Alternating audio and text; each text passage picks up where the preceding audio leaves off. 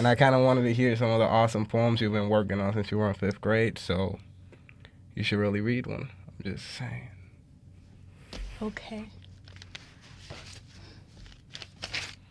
She's flipping through the notebook. There's like 20 poems. No. Which one might you choose? I got some that I had a long time ago. But I'm trying to...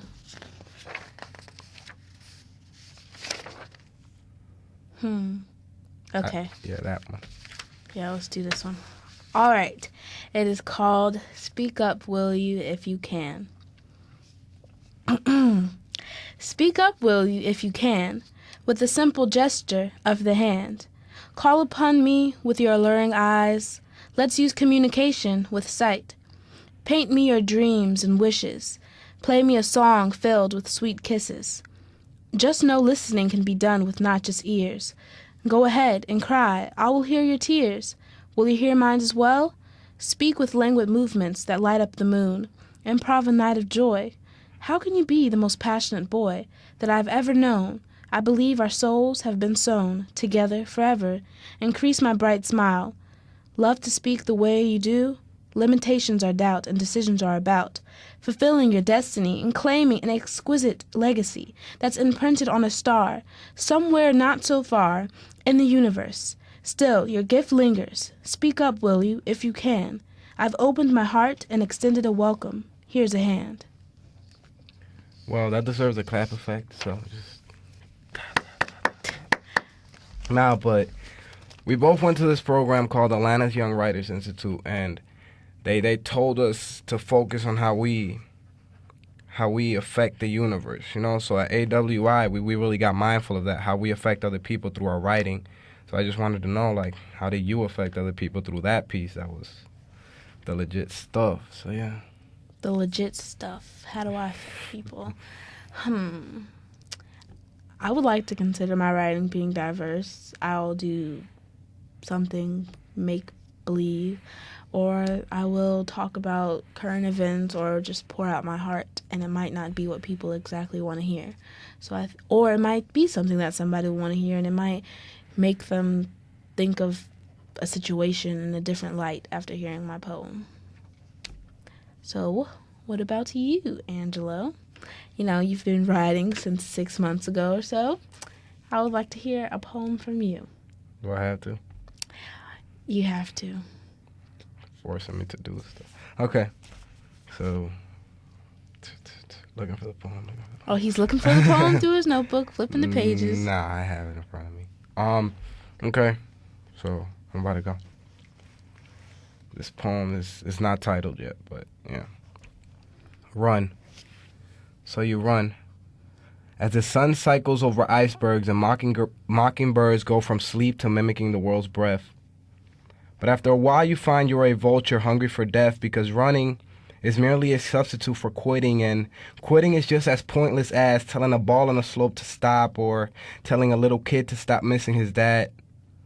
Or telling that dad that missing his baby say da to be in the strip club was immoral, or displays a lack in the capacity to cope with one's own pity. He was running. If we run, we can't grow, so our souls pull us back to the same spot. If we run, we can't grow, so our minds tell us to go back. If we run, we can't grow, so our knees begin to shake as our own weight becomes too much for them to handle. If we run, we can't grow, so we begin to get high. If we run, we can't grow, so we begin to tell lies. If we run, we can't grow, so we begin to lose sight. If we run, we can't grow, so our souls begin to go blind. Si corremos, perdimos quien fuimos al empezar. We experiment things to make our body experience things. Can't grow in this world, so you put yourself in another. As simple as puffing twice instead of thinking twice, you see? If you would have thought, you would have realized that. If you didn't run, you'll be getting high off life. If you didn't run, you'll be facing a permanent high. If you didn't run, there'll be no need to stain your soul with lies. If you didn't run, your mental capacity would be up in the skies. If you didn't run, maybe your soul would revive. Si no hubieras corrido, no tuvieras que haber mentido. Why can't we be as the untouched muddy puddle, not perfect yet pure? And when a rock falls on us, we return to normal. only slightly affected by the impact. Never running, just fighting through it, but never losing ourselves in the process. And the ripples that came from the contact should only make us more powerful. And as it rains, and it rains, the water drops of wisdom will only make us stronger. And the raindrops will fit into our own custom frame, not create their own. La lluvia solamente trae más. With tenacious pure passion we can grow. With coward steps we can't. So fight, John. Don't sidestep the realm of reality. 'Cause my eyes are drowning red rubies and my hands are frozen icicles I can't help but shake to stay warm. I'm scared. So fight, John. Please fight. That deserved a snap and a clap. Okay, so why exactly did you write that poem? Like, what in your life influenced you to write that?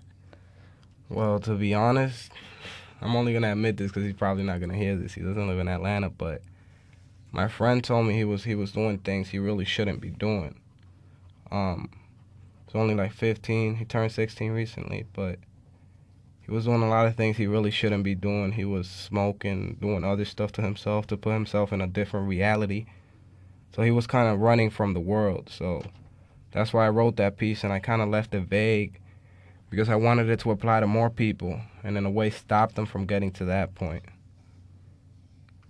So, yeah. Okay. So do you have any other events in your life that you put into your work? Well, to be honest, I don't write poetry, so it sounds pretty. I write poetry because I want to relieve stress from things that happen to me. And I feel as though everyone has something to bring to the table because everyone experiences life in a different way. So everything I write is about something that happened to me or something that's happening to a friend of mine that's altering me in some way. So, yeah. That is deep. I know, so I'm going to ask you a question since you keep asking me questions. Do you feel like there's any value in having a writing community in itself, like being around a bunch of writers like we were last summer? This summer? This summer. Same thing, bro. Yes, I do think there's value in that because we're able to sit around and share ideas and like multiple heads are better than one. And I think that we're so different but so much alike in the same way that we're able to just, I don't know, just like we're thriving off of this energy that we all bring to the table. What about you?